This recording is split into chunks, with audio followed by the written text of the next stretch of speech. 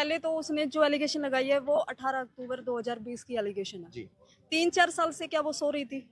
क्या उसको रेप 3-4 साल से उसने कोई कानून की कोई, और उसका मेरे घर आना जाना था, उसने कभी मुझे क्यों नहीं बताया? वो हमारी शादी में भी गई है, मेरी बेटी हुई है उसमें भी आई है, कोई भी फंक्शंस हुआ है हमारी फैमिली का वो तब भी आई है। इवन तक कि उनका जो बेटा है वो मेरे देवर का फ्रेंड है, उसको भी कभी जिक्र नहीं किया।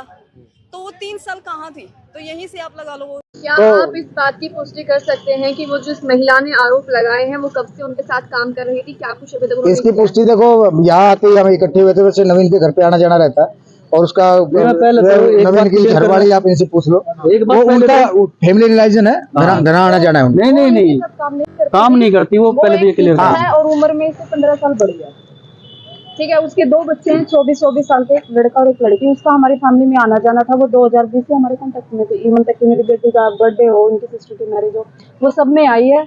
इवन तक कि उसकी 1 नवंबर को मेरे पास मैसेज भी किया है, सिर्फ उसने पैसे का जिक्र किया। अगर उसका रेप, उसने एलिगेशन लगाया कि मेरा घर पे रेप हुआ है, तो उसको मुझे बताना चाहिए था।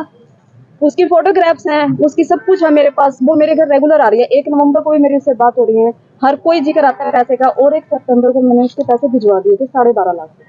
और अब उसको कह रही है कि वो भी मुझे 2 लाख भिजवाए गए हैं। कोई प्रूफ नहीं है आपके पास? मेरे पास सारे प्रूफ हैं, मैं कोर्ट में पेश करूंगी या जहाँ मुझे जरूरत पड़ेगी मैं वहाँ पेश करूंगी। देखिए एक बात बताओ, यानी अगर 376 इतना इजी कानून है तो फिर तो कोई किसी के ऊपर लगा दे। कोई प्रूफ लाओ। 16 को हुआ था ना, 16 को ये मुकदमा उसने केस किया है और 4 को उसकी अरेस्टिंग डाली है। तो अगर वो इतना ही मजबूत केस होता तो उसको हाथों हाथ अरेस्ट किया जाता। और ये भी हमारे साथ धोखा हुआ। हम शादी में जा रहे थे, हमें सिर्फ इंक्वायरी के लिए बुलाया गया कि एक बार आप आ जाओ। वहाँ जाके वहाँ जाके हमें पुलिस स्टेशन में बिठाए रखा आधा घंटा। हमें ये बोला कि हमें शादी में जाना है, आप उस लेडी को बुला लिया, आमने सामने बात करा लिया, पैसे का लेन देन है, हम क्लियर कर लेंगे। लेकिन उन्हें सीधा ये दबोचने वाला ऐसा कुछ नहीं हुआ कि वहाँ दबोचा गया। हम खुद अपनी मर्जी से गए थे, हमें इंक्वायरी के लिए बुलाया गया था, लेकिन हमें ये नहीं पता था कि अरेस्टिंग हो जाएगी। वहाँ से सीधा एक फोन किया कि एसपी सर के ऑर्डर है, आपको गिरफ्तार करना पड़ेगा। ना उनको दबोचा गया है, ना हम खुद अपनी मर्जी से गए थे। अभी आप लोग की मांगे क्या है, क्या आप चाहते हैं? मेरी तो मांग है ये कि मेरा घर बचाया जाए और उस औरत को सजा दिलाई जाए और जो है निष्पक्ष कानूनी कार्रवाई की जाए।